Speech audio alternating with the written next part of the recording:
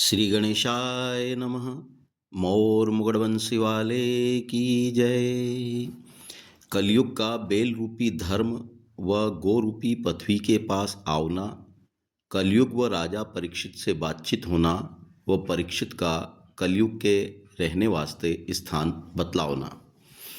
सूत जी ने सोनकादिक ऋषिश्वरों से कहा कि उसी समय वह शूद्र रथ पर चढ़ा, बहुत सी सेना साथ लिए, राजों का भेष बनाए, काले कपड़े और मुकुट पहने, सोटा हाथ में बांधे, गाय और बैल के पास आनकर रथ से उतर पड़ा। वह बैल व गाय को पैर से ठोकर मारकर धमकाने लगा। उसका रूप देखकर वह दोनों ऐसे डर गए कि गाय आंखों से आंसू बहाने लगी। वह बैल ने मल व मूत्र कर दिया। जब ऐसा अधर्म राजा परीक्षित से नहीं देखा गया, तब राजा ने बाण निकालकर धनुष पर चढ़ाया। वह बड़ा क्रोध करके कलयुग से कहा कि सातों द्वीप का राजा मैं हूँ, तू कौन देश का राजा है जो हमारे राज्य में राजों का वेश बनाकर मेरी प्रजा को दुख देता है। राजाओं का ऐसा धर्म नहीं होता जो किसी को दुख देवे। श्री कृष्ण जी महाराज त्रिलोकीनाथ मृत्युलोक से अंतर्ध्यान हुए।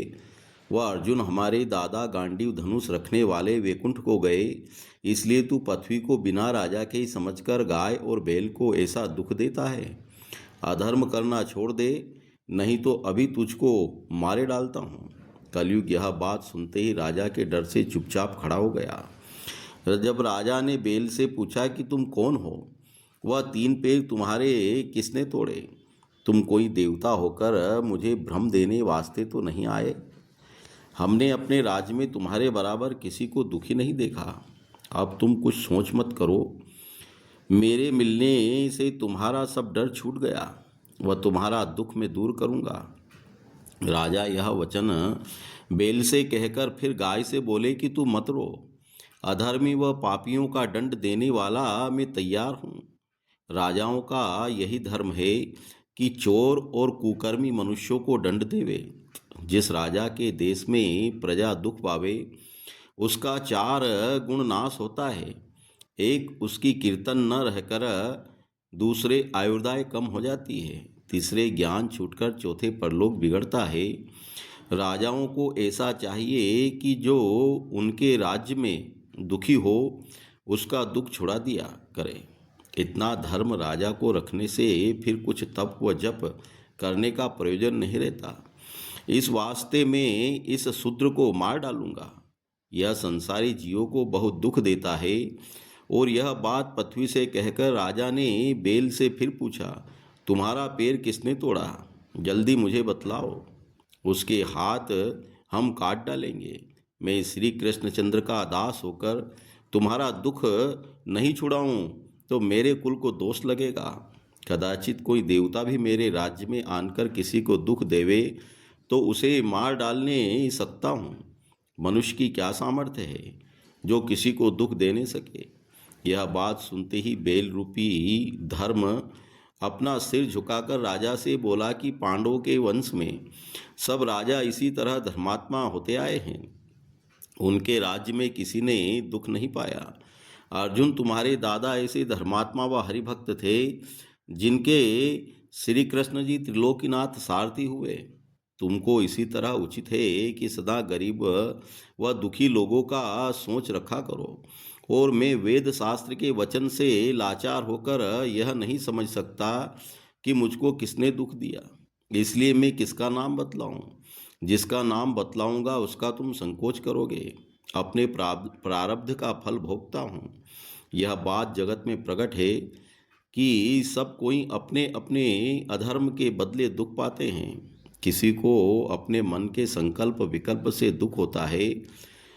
कोई लोग कहते हैं कि मनुष्य सब दुख व सुख परमेश्वर की इच्छा से भोगता है, पर इस बात का विचार करना चाहिए कि परब्रह्म परमेश्वर को जिनकी इच्छा से सब जीव उत्पन्न होते हैं, क्या प्रयोजन है जो किसी को दुख देवे? नारायण जी को इस बात का दोष लगाना उचित नहीं है।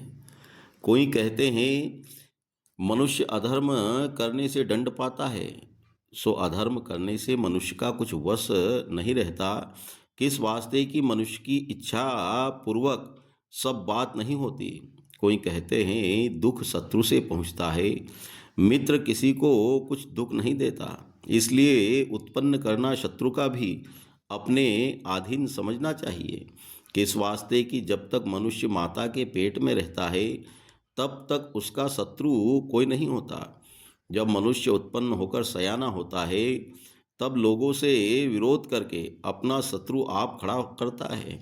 इस कारण मैं किसी का नाम बतलाने नहीं सकता कि किसने हमको दुख दिया, तुम अपनी बुद्धि से जान लो। जब परीक्षित ने यह सब ज्ञान रूपी बेल से धर्म से सुनकर श्री कृष्ण जी के चरणों का ध्यान किया, तब उनको अंतःकरण की शुद्धताई से मालूम हुआ कि यह बेल रूपी धर्म व गो रूपी पृथ्वी व शुद्ध रूप राजा कलयुग है।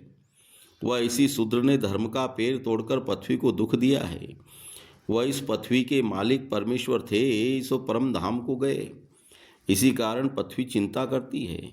पापी का नाम लेने से पाप व धर्मात्मा का नाम लेने से पुण्य होता है। इसी वास्ते बेल रूपी धर्म ने कलयुग को पापी समझकर उसका नाम नहीं बतलाया। पहले धर्म के चारों पैर तप व सत्य, सोच और दया के स्थिर थे। कलयुग में अधिक पाप होने से तीन पैर धर्म के टूट गए। उन तीनों पांवों का नाम जिस कारण धर्म के तीन पैर तप व सोच व दया के टूट गए है अहंकार और परिस्त्रीगमन और मदिरापान समझना चाहिए। केवल सत्य एक पैर धर्म का रह गया, उसको भी कलयुग तोड़ना चाहता है। राजा ने यह बात मन में विचार कर बेल व गाय को धैर्य दिया। वह क्रोधवंत होकर तलवार निकाल के कलयुग को मारने दौड़ा। जब कलयुग ने देखा कि यह धर्मात्मा राजा क्रोध से भरा हुआ मुझे मारना चाहता है और मैं ऐसी सामर्थ्य नहीं रखता जो इसके साथ लड़ने सकूं, ऐसा विचार कर कलयुग राजा के चरणों पर गिर पड़ा। वह अपना जीव बचाने के वास्ते विनती करने लगा। तब राजा ने अपनी धर्म व दया से तलवार नहीं चलाकर कहा कि हे कलयुग, जहाँ तक राजा युधिष्ठिर व हमारे दादा का राज्य था वहाँ तुझे न रहना चाहिए। तू अधर्म करने वाला पापियों का साथी होकर जिस राजा के देश में रहेगा उस राजा का मन अधर्म करने को चाहेगा। तेरे में लालच व अहंकार व झूठ व कपट व झगड़ा व काम व मोह भरा हुआ है। इसलिए भरतखंड में जहाँ तक निज हमारा राज्य है और वहाँ सब कोई अपने धर्म कर्म से है, मत रहो। इस भरतखंड में मनुष्य लोग तप व यज्ञ, दान व धर्म, व्रत व परमेश्वर पूजन करने से राजगद्दी व अनेक तरह का सुख पाकर मुक्त पदवी को पहुँचते हैं। वह उनको कभी दुख नहीं होता। इसी जगह तू रहकर विघ्न करेगा, वह तेरे रहने से पाप अधिक होगा। मेरा कहना मान, नहीं तो तेरा प्राण बचाना दुर्लभ है। कलयुग ने हाथ जोड़कर गिड़गिड़ा के राजा से विनय किया कि महाराज, आप धर्मात्मा व न्याय करने वाले हैं, मेरी प्रार्थना सुनिए। ब्रह्मा जी ने सतयुग, त्रेता, द्वापर और कलयुग चार युगों को बनाकर उनकी अवधि का प्रमाण किया है। सो सतयुग व त्रेता व द्वापर तीनों युग अपना अपना राज्य भोग चुके हैं और मैं कलयुग हूँ। अब मेरे भोग करने का समय आया। मुझे आप आज्ञा देते हैं कि तू हमारे राज्य में मत रह। सो सातों द्वीप में आपका राज्य है, मैं कहाँ जाकर रहूँ। वह जो ब्रह्मा जी ने चारों युग का प्रमाण किया है वह किसी तरह मिट नहीं सकता। और हे पृथ्वीनाथ, आप मेरे अवगुणों की ओर देखते हैं और गुणों की तरफ ध्यान नहीं करते। सो मेरे में एक गुण बड़ा है, वह आपसे कहता हूँ। सतयुग के बीच जिस राज्य में एक मनुष्य पाप करता था उस राज्य भर के मनुष्य दंड पाते थे। वह त्रेता में एक मनुष्य के अपराध करने से गांव भर दंड पाता था। वह द्वापर में अधर्म करने से परिवार भर को शासना होती थी। वह कलयुग में जो मनुष्य जिस अंग से पाप करता है मैं उसको पकड़कर उसी अंग की शासन करता हूँ। दूसरे युगों में मानसी पाप करने से मनुष्य को दंड मिलता था और कलयुग में मानसी पाप न होकर मानसी पुण्य का फल मिलता है। जब यह बात सुनकर राजा परीक्षित को दया आई नहीं आई तब फिर कलयुग बोला कि हे पृथ्वीनाथ, मेरे अंदर एक गुण और बहुत बड़ा है।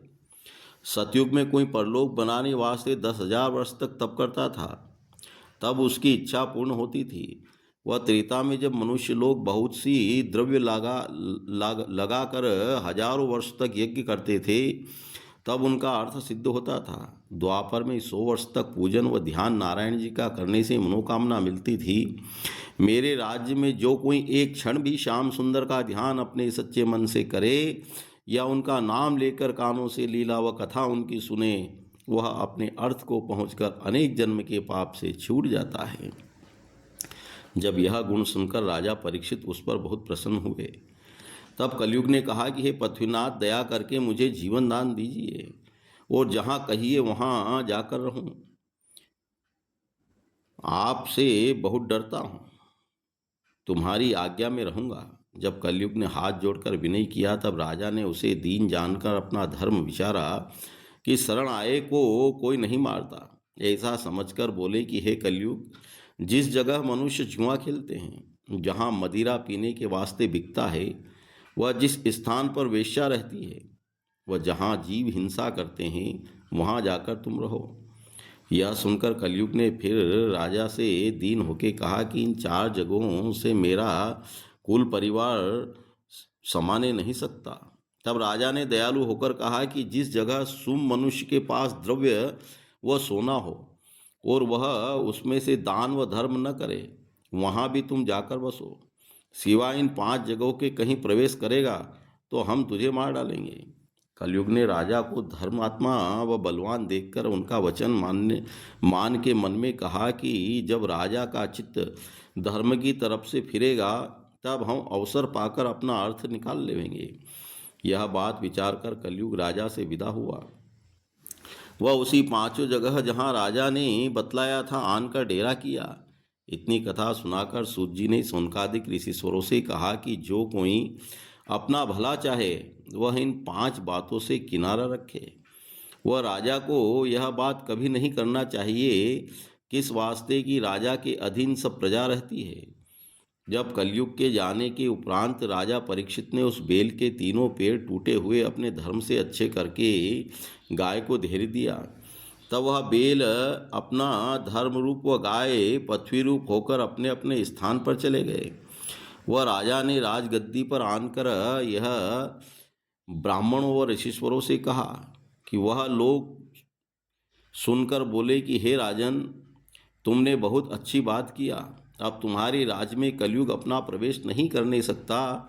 फिर राजा परीक्षित ने अपने राज्य में ऐसा ढिंढोरा पिटवा दिया कि कोई जीव हिंसा न करे, वह मदिरा न पीवे, वह जुआ न खेले, वह द्रव्य पाकर यथाशक्ति दान देवे, वह पर स्त्री गमन न करे। जो कोई देवता व साधु व संत व ब्राह्मण व गो व वेद व शास्त्र को नहीं मानकर इन 5 बातों में कोई काम करेगा, उसका हम अन्न व धन लूट कर दंड देवेंगे।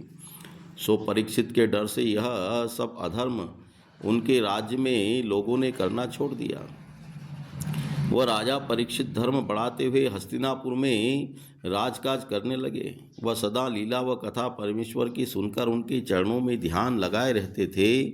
वह उनके राज्य में सब प्रजा भी अपने धर्म से रहकर आनंद में थे। मोर मुगड़वंशी वाले की जय।